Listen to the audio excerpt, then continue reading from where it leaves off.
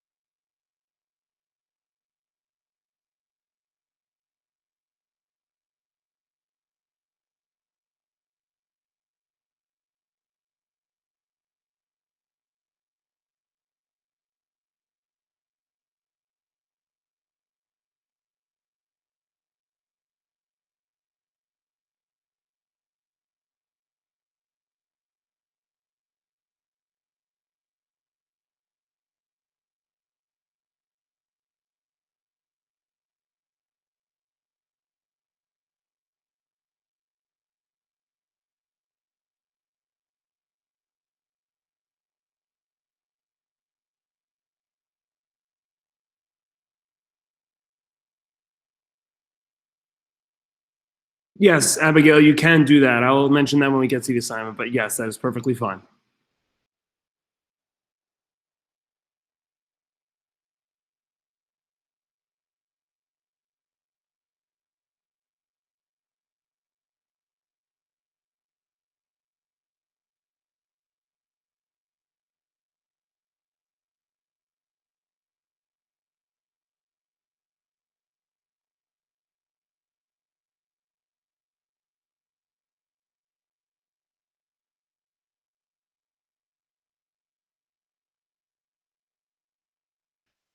Okay, guys and girls. So actually, before I want to get started into our World War II stuff, and today is going to be a very important lesson, I want to at least just mention a current events thing that I think is going to be maybe be a little bit of an issue going forward. So for those that don't know, the George Floyd, Derek Chauvin trial is going on right now. Today are the closing arguments.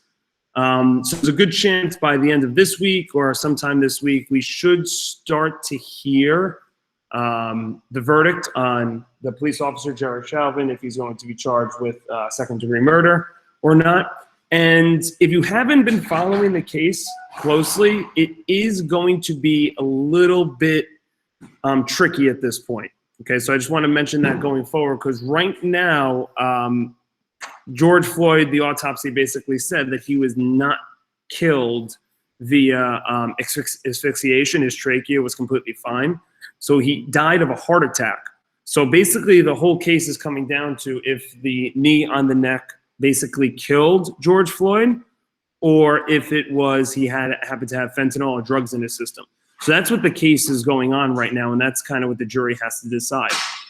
If you've been watching the case at all, I would say the prosecutions, I'll get to that in a second, Aura. It should be a pretty long time, 20, 30 years. But if the way the case has gone, I don't even know if I'm being biased when I say this. I just think that a lot of people are seeing that the prosecution is not doing too great. So I'm a little not concerned, but I think that, earlier on, it seemed pretty clear that, Derek Chauvin would be found guilty. I don't think it's so clear now. I would say maybe 50-50. And if Derek Chauvin's found not guilty, that's going to lead to a lot of unrest around the country. So I want you guys to kind of be prepared for that, because right now it's looking, it could go either way. All right, so I wanted to keep you up to date with that. I think that's something that could happen this week. So I want it to be very clear with that. Yeah, I don't even want to go into like what's right or what's wrong. I agree, Abigail. I just think, I want you to be aware of that this is a possibility for the next week or so. All right, so maybe keep an eye on current events, keep an eye on the news, because this is definitely something that if found not guilty, this is going to cause some problems, I think. Found guilty, I don't think there's much issue. I don't think anyone's going to, have much of an issue, but I think if it's not guilty, which again, I think might be a 50-50 chance. All right, so if there's anything anyone has to say, you can say it, but I just wanted to mention that because I think that is a real distinct possibility right now. I know some kids, one or two students emailed me, so I wanted to give that update. I'll give you like 10, 15 seconds. Otherwise, we're just going to move on.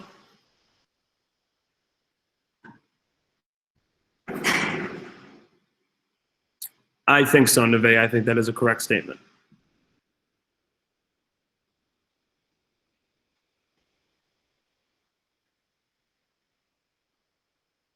All right, final chances. Going once, going twice.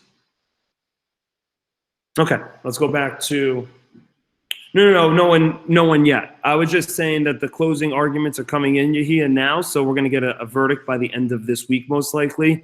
And I'd say the case is a lot closer than a lot of people would have thought. So this possibility, maybe 50-50, that the police officers found not guilty of second-degree murder. Which second-degree murder basically is, that person is the direct cause of a person dying. And since he didn't die from asphyxiation, from choking to death, he died from a heart attack.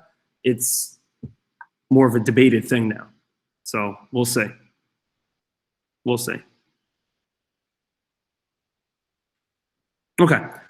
So if you have something else to say, just a couple students emailed me, so I wanted to just clarify that, because I think there's it's complicated following the news and following trials sometimes. So I try to just make that clear.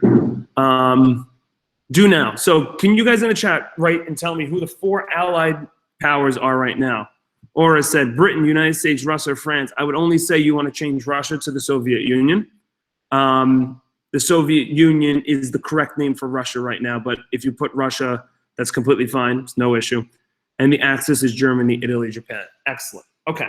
So now we're going to see the steps leading to World War II. In other words, how do we get to fighting and fighting between the two countries? And it's a little complicated because there's different events that happen.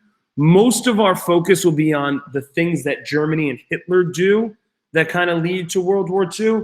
But it also really technically starts out over in Japan and China. So let's start with that, okay?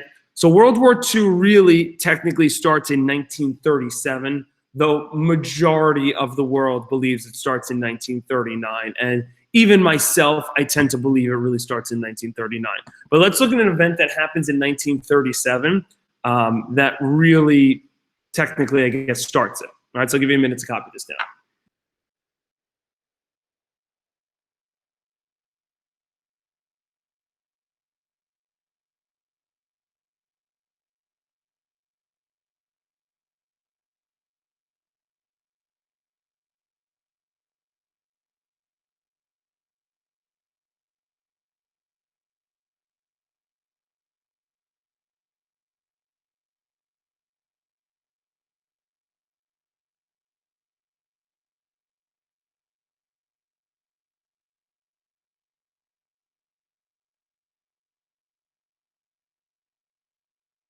All right, so we don't really need to go into the reasons why Japan is going to invade a part of China. They don't invade all of China.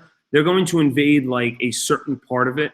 And the reason they do this is Japan's going to need resources. They need a lot of resources like oil and iron because they need to start developing their military a little bit.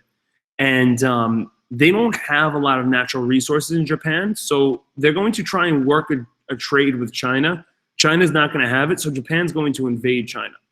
Now, some people consider this the start of World War II because Japan is a major country on the Axis powers, and China, though not a major country, will eventually be on the Allied power side. And even the Regents kind of mentions how this is one of the first things towards World War II. Now, when this happens, America is going to side with China. All right, if you think back to imperialism, we went through what's called the open door policy. So we had a very good trading policy with China. Okay, if China's in a war with Japan, we have a lot tougher of a time trading with China, so that hurts America and America's economy. So we were not happy when Japan invades China throughout this time.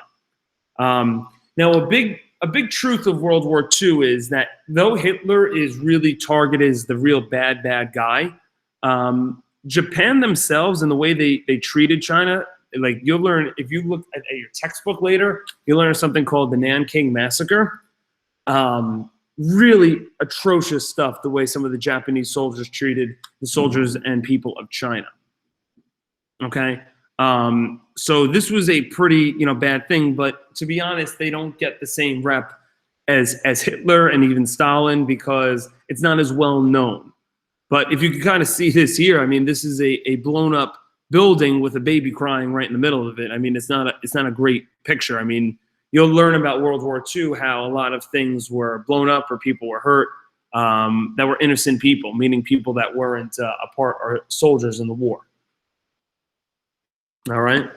So it's a minor detail, but it has come up on the Regents before, so we definitely want to mention it. We have a Regents question coming alongside with it, and we'll kind of get a sense of what's going on here. Anyone need more time? Let me know. Okay, I'll give you some time. Sorry, guys.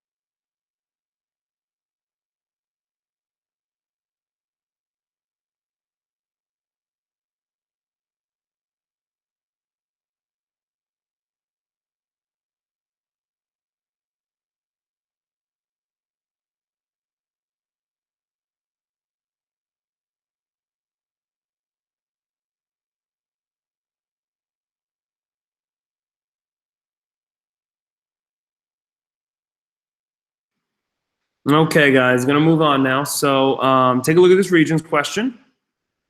Okay. Oh, I guess I should just mention this. So Japan is this orange archipelago island here, a group of islands here. China is a massive, massive country. But Japan's going to pretty much win the war, the battle versus China, because China is not ready nearly to fight. So even though China is a huge country, Japan's going to invade an area over here, if you're following my mouse, close to Korea, that China is not going to be able to defend very well. All right. I think this question is relatively easy, but we got into problems with Japan, heightened tensions between Japan and the United States because why? This has come up on the Regents twice, so 4. We just got to be aware that Japan does invade China. Okay, so we mentioned it.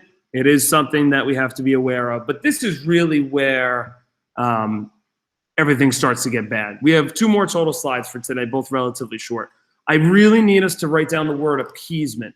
Okay, I need to figure out what that word means, and then we got to kind of see how this leads to, this whole policy really kind of leads to World War II.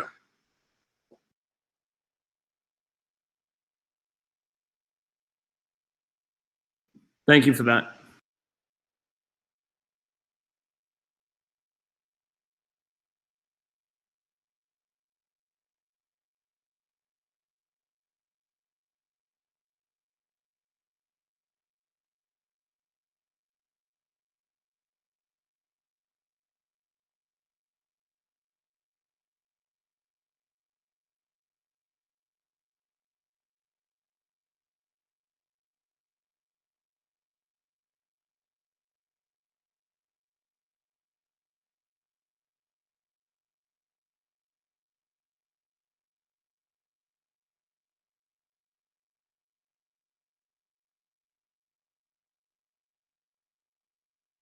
All right, so let's first go over what the word appeasement. I'll read the definition, then I'll give you some examples and analogies, and it should make sense.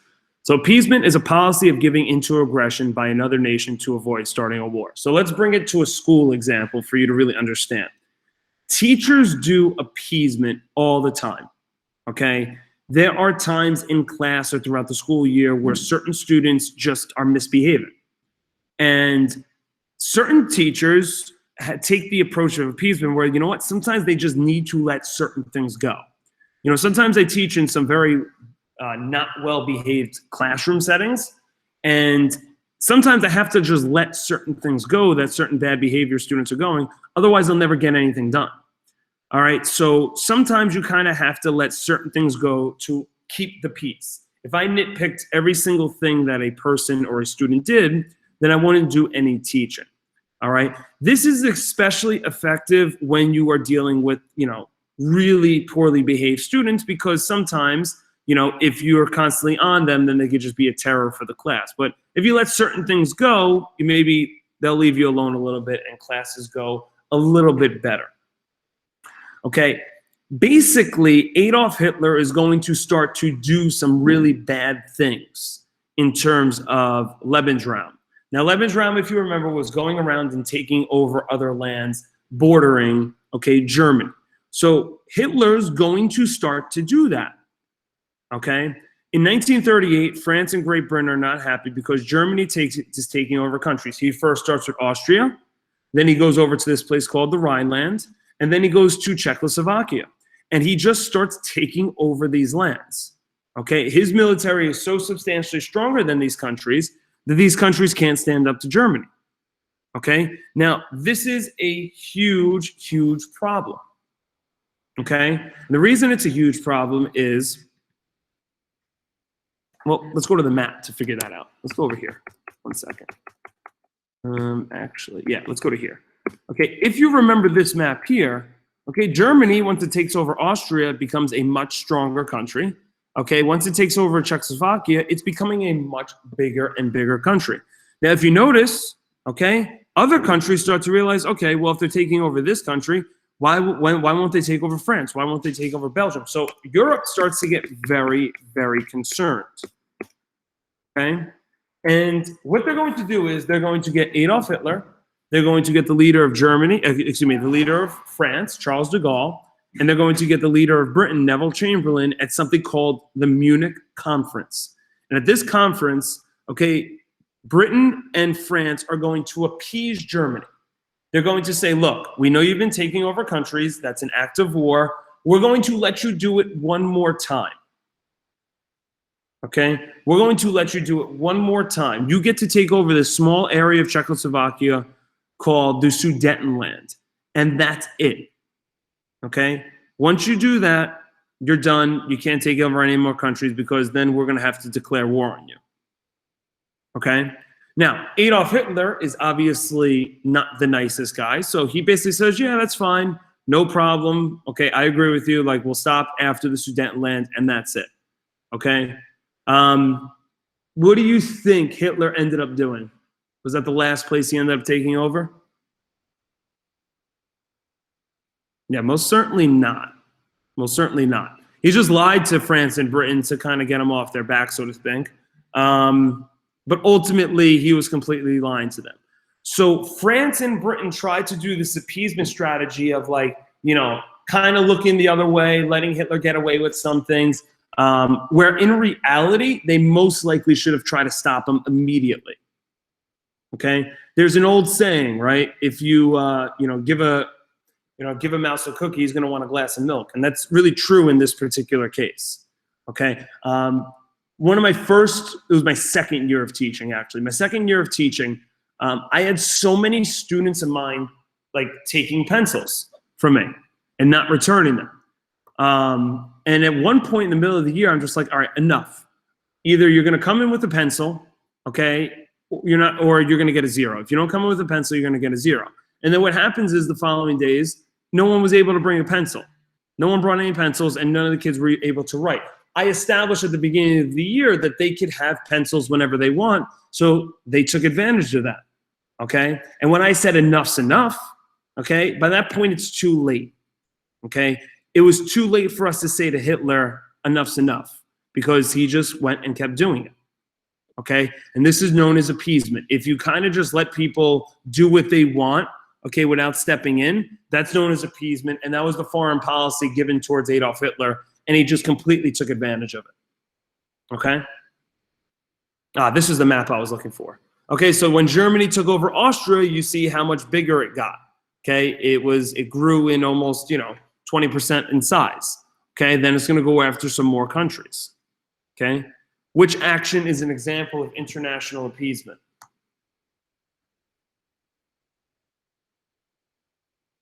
No, Milagros, I didn't. I did not actually give them zeros. It's a threat.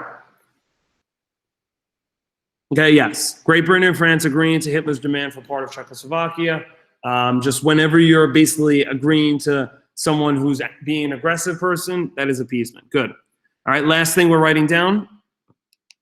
Okay, and then we'll get into the oversimplified video. Okay.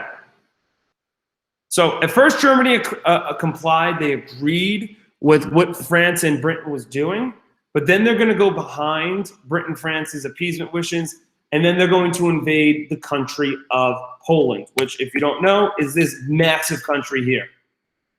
Okay, so it's really going for a major country.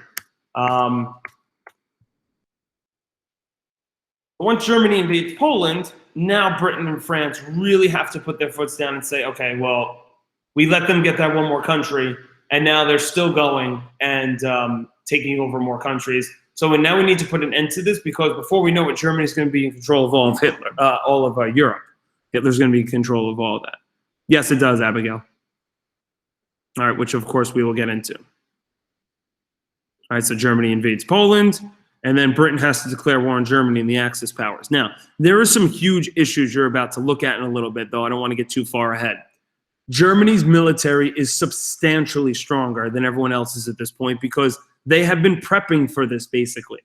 They didn't really care about getting into war with any country. Their military is strong enough to fight right now. Okay, so you're going to see how successful Germany is early on in this war. Okay, and just like World War I, when World War II starts, America is going to declare neutrality from the war until 1941. Now, today is a double period assignment. Okay, the focus for today's lesson is looking at what happens between the years 1939 and 1940. Okay, and that's kind of what we're doing right now throughout this war. We want to end up seeing, okay, what goes on before America gets involved in this war. And you're going to basically see, not that this is much of a spoiler, you're going to see that Germany and the Axis powers and Italy and Japan are doing far better than the Allied powers. Okay. Now, when America gets involved, things change. Okay, not just from America's perspective, but just in general. Okay. So when you're done, I'll give you another 30 seconds to a minute to copy down this slide. All right. Please go to the Google Doc. Okay. Now, if you notice, it is, I put it in a Word document. I apologize. I didn't put it in the regular Google Doc. I'm sorry about that. So all you need to do is at the top, you need to go to Open With. Okay. And then you just need to go down to Google Doc, and then you should be able to write on it, no problem. All right. So everyone take a second in doing that. Okay. I know we saw Hitler oversimplified last week. World War II Part 1 oversimplified, I think, is pretty good. Okay, I think we do a really good job. They do a really good job kind of going through the steps of it in a kind of, fun way a little bit. The way the video is going to start is actually going to start with Benito Mussolini, because he's really the first person that really comes into power, even before Hitler. So we're going to look at him and how he comes to power in Italy, and then we're going to start to see the events of World War II kind of starting. It's going to move a little fast, but it should be working at a pretty good pace. So preview questions 1 and 2. All right, let's get into the video, and we'll go along with the questions, and we should be good.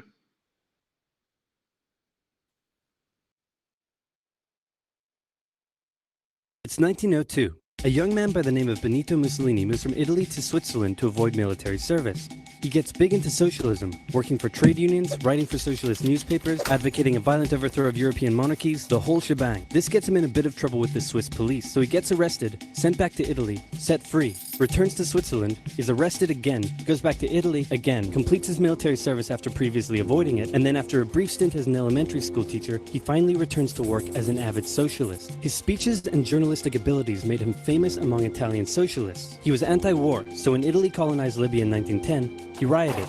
and got arrested. Then World War I came along, and once again he protested Italy's involvement. But then he thought, wait a minute, this war could bring about the social climate needed to overthrow European monarchies and bring about the socialist revolution everywhere. And suddenly he was pro-war. But his fellow socialists didn't like his new pro-war stance, so they kicked him out of the party. So then he said, you know what? I'm done with socialism. We need something new, not based on class divisions tearing us apart, but based on unity through nationality. We'll conquer the Mediterranean and reunite all Italian peoples just like the days of the Roman Empire. I'll call it fascismo, and it will guide the Italian nation to greatness. That's all well and good, Mr. Mussolini, but what kind of haircut am I giving you? Let's go with bold.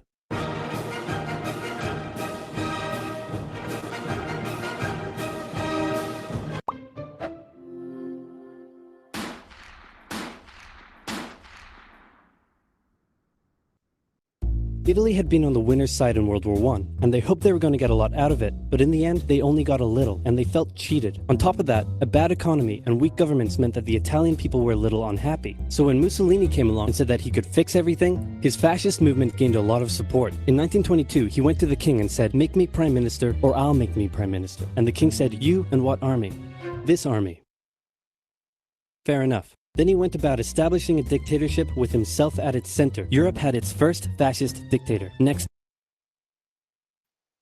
Okay, so World War II and the idea of, for number one, Benito created his own political party. He called it fascismo, which we know as fascism. So fascism was really started under Benito Mussolini. Then obviously we know Hitler would kind of follow in that same path. Okay. Number two, why did the Italian prime minister step aside to Mussolini? Mussolini had a large army supporting him. The king just didn't want to get killed, so he just stepped aside. Okay, pretty easily actually. Okay, number 3 and 4, take a look. Stop. Germany.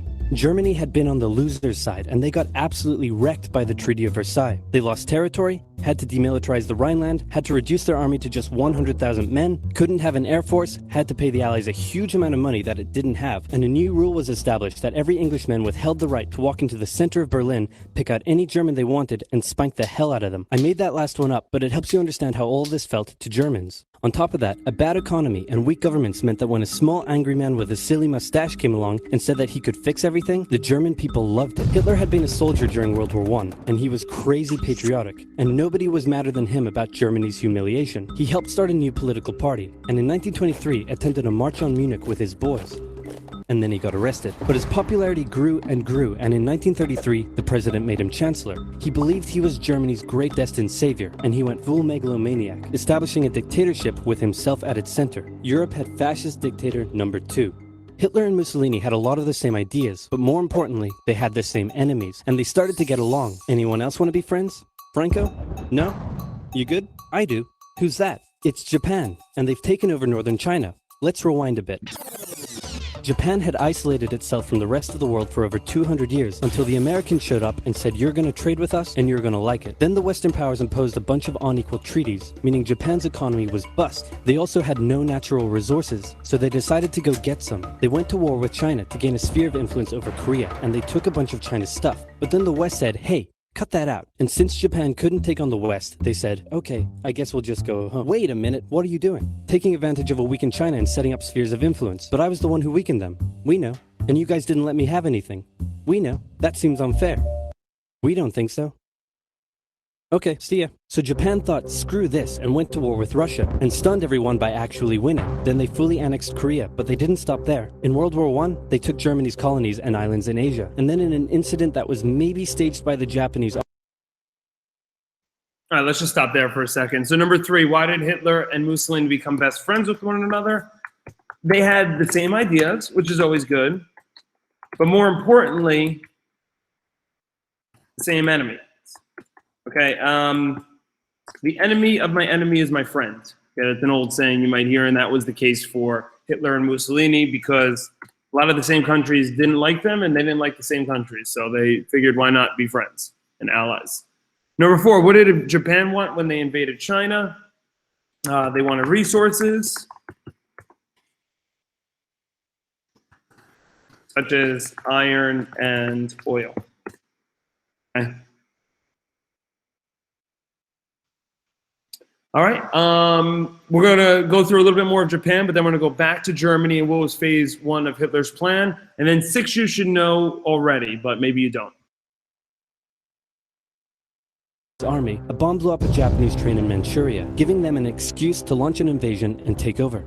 So here's the situation. Nazi Germany, Fascist Italy, and Japan all believe they're racially superior, all feel hostility towards the Allies, and all want to militarize and take over more stuff. And so they did. Let's start with Germany. Hitler hated the Treaty of Versailles, and now he was ready to begin undoing it. In complete violation of the treaty, the first Luftwaffe squadrons were set up, conscription was introduced, and he pimped up his army. The Allies did nothing. Then Hitler sent his army back into the demilitarized Rhineland, giving orders to immediately retreat if the Allies showed up. The Allies did nothing. With his military re-strengthened, he could now move on to step 2. He wanted to rapidly increase the Aryan population, and to do so, he needed Lebensraum, or in other words, he would have to take over the world. But for now, a good portion of Europe would do, and he began eyeing up his neighbors. The Allies finally started to get worried, so they implemented a fairly useless diplomatic strategy called appeasement, and it went a little something like this. Hitler would say, "I want that thing," and the Allies would say, "You can't have that thing." "Okay, you can have that thing, but no more."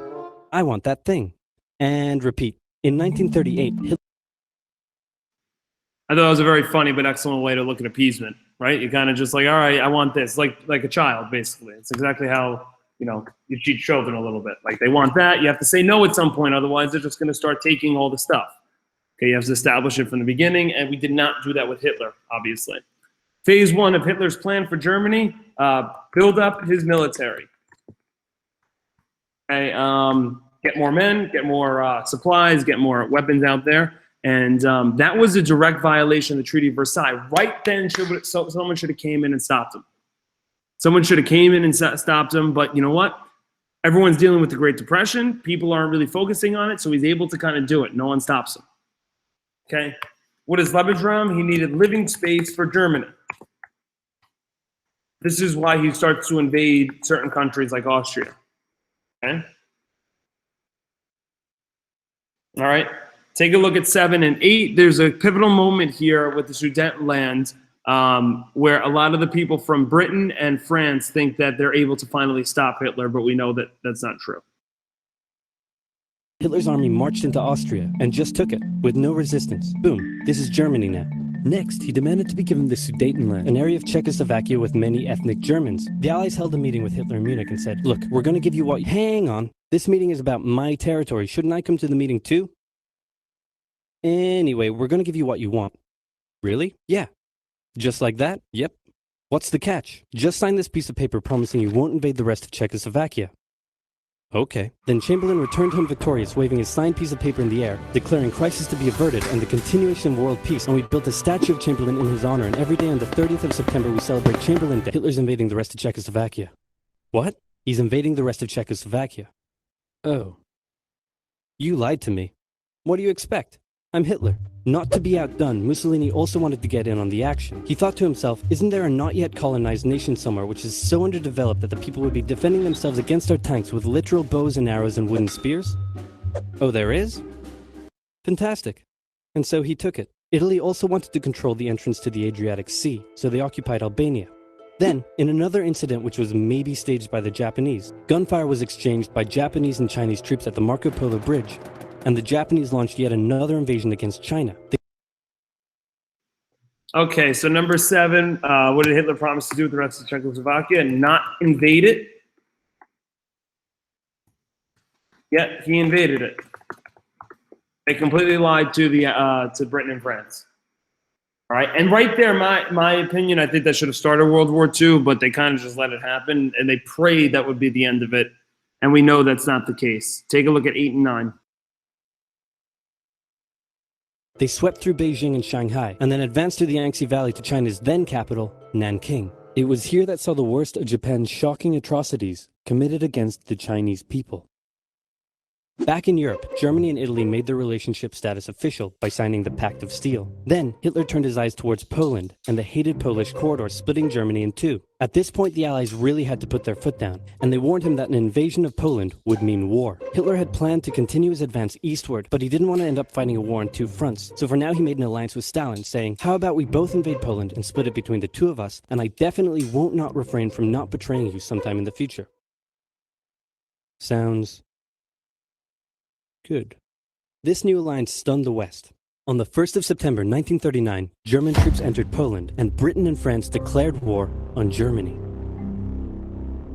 The Poles fought hard, but they were no match for the two giants crashing down on them from either side. Then came a period known as the Phony War, where everyone just sort of sat around not doing much.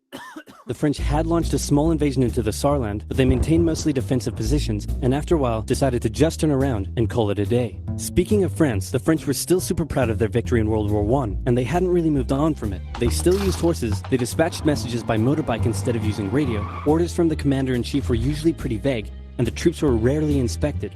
They built a line of defenses along their German border, but didn't bother extending it all the way to the Channel, and they wouldn't launch artillery strikes against Germany out of fear of being retaliated against. In a war, they didn't want to attack the enemy. And at first the UK wasn't much better. Chamberlain still naively hoped that the war could be ended diplomatically. Instead of bombing raids, the RAF dropped propaganda leaflets over German cities, which one air marshal said likely did nothing but provide the continent with toilet paper for the duration of the war. They also only sent 200,000 men to France, while the French had mobilized millions. Both Britain and France wanted to avoid a repeat of the First World War, and so they wanted to keep the war as far from home as possible. So they turned their eyes north, towards Norway.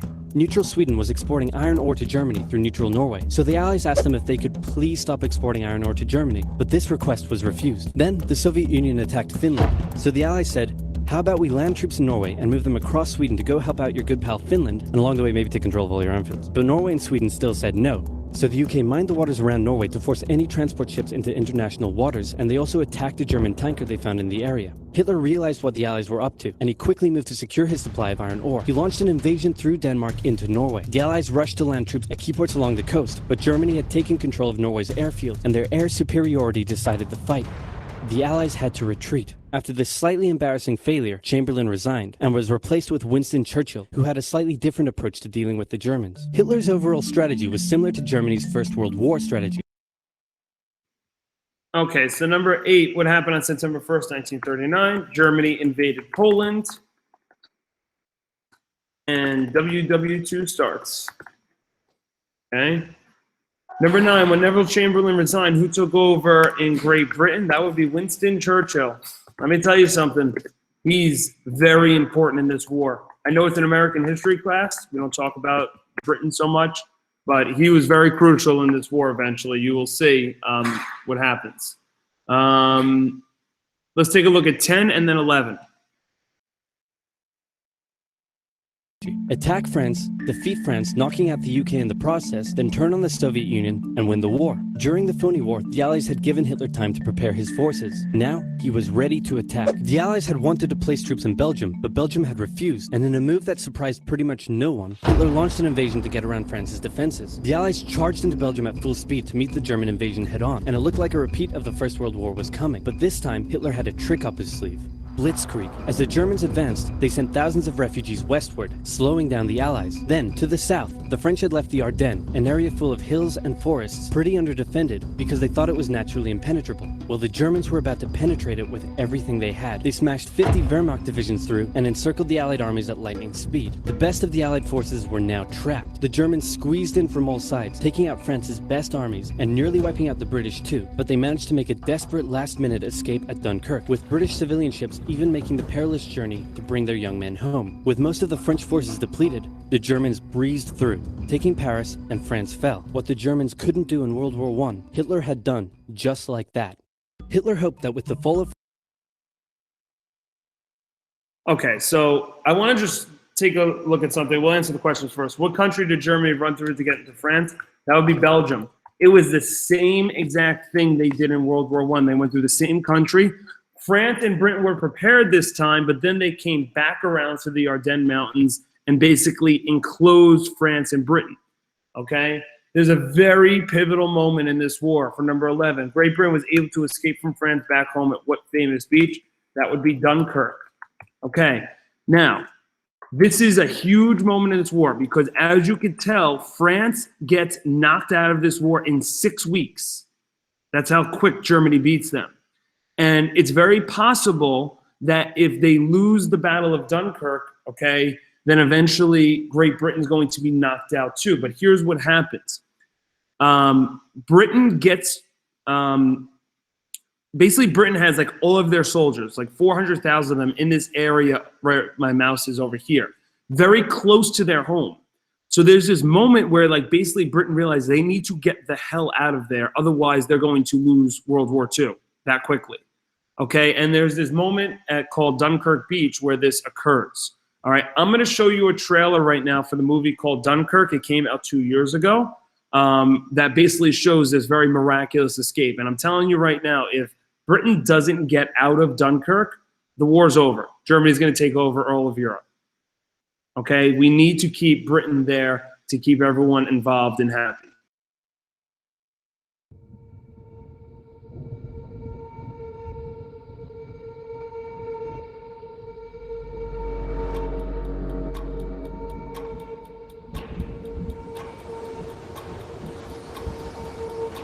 The enemy tanks have stopped.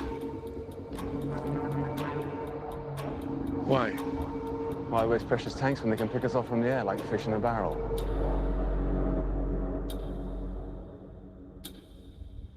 There are 400,000 men on this beach.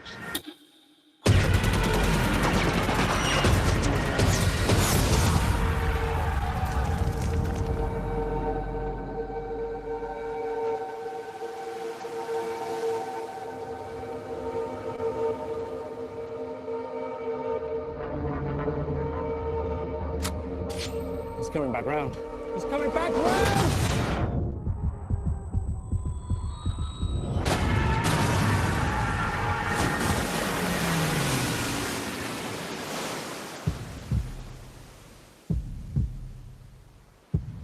Where are we going? Dunkirk. I'm not going back. There's no hiding from this, son. We have a job to do. If we go there, we'll die.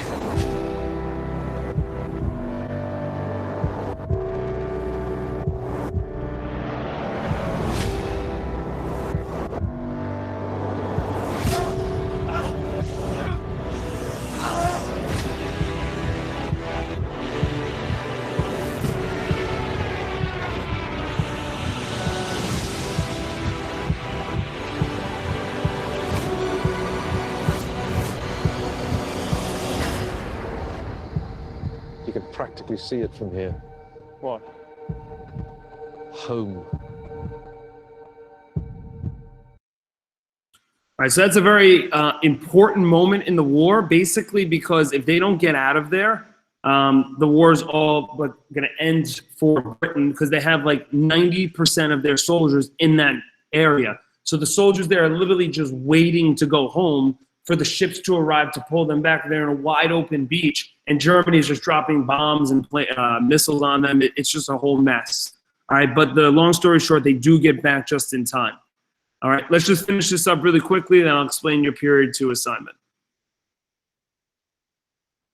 France, the UK would also lose hope and sue for peace, but quite annoyingly, it didn't, and he needed to secure the Western Front, so he tried to force them into submission with mind games. The UK were now all alone, and Hitler wanted to emphasize that. First of all, just before France fell, Italy finally declared war on the Allies, making the UK's situation even worse. Next, instead of just occupying all of France, Hitler occupied the coastal areas for defense, but allowed France to continue its existence as a German puppet state. This way, it looked like the UK's old ally had decided to switch sides. Hitler also hoped that the UK wouldn't attack any of her old allies' navy bases or colonies in Africa, giving Hitler an extra line of defense to the south. But the UK made sure to respond to this by sailing down to France's navy base in Algeria and wrecking a bunch of ships. So have at it. Hitler then began laying down plans for an invasion of Great Britain. Before German troops could land on British soil, he would first need air and naval superiority across the Channel. Waves of German bombers came, while the completely outnumbered RAF worked bravely around the clock in an attempt to quell the German attacks. At first, the Luftwaffe targeted British ports and coastal facilities. Then it attacked RAF bases, crippling the RAF's ability to defend the nation. And it looked like Hitler's Great British invasion was coming. But then, Churchill ordered a small, pretty insignificant bombing raid over Berlin. It didn't do much damage, but Hitler was furious, and he immediately ordered the Luftwaffe to refocus its attacks on civilian targets in London. Children were sent off to the countryside away from their parents to avoid danger, and frequent trips to air raid shelters became a daily occurrence. But British morale held firm. Smiling, knitting, lounging casually, these people have balls of steel. This refocusing on London also gave the RAF breathing space to reorganize, so Hitler kind of shot himself in the foot there. Just the foot for now. Finally, the Luftwaffe sent one massive all-out attack on London, and the RAF successfully repelled it, destroying many of the German aircraft and placing air superiority firmly in British hands. Hitler's invasion had to be postponed, but the bombing of British cities continued for some time.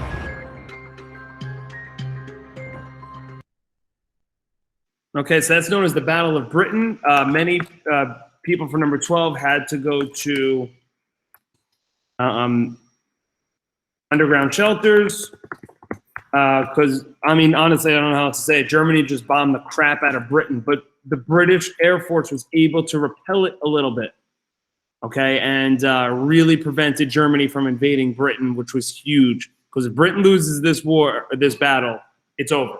Okay, so Dunkirk and the Battle of Britain are two very crucial times. You're going to learn more about that a little bit later on this week. This is the oversimplified part. Okay, give me 1 minute here. I know you guys have to run to your next class. Just really quick, 1 minute. I just want to review very quick.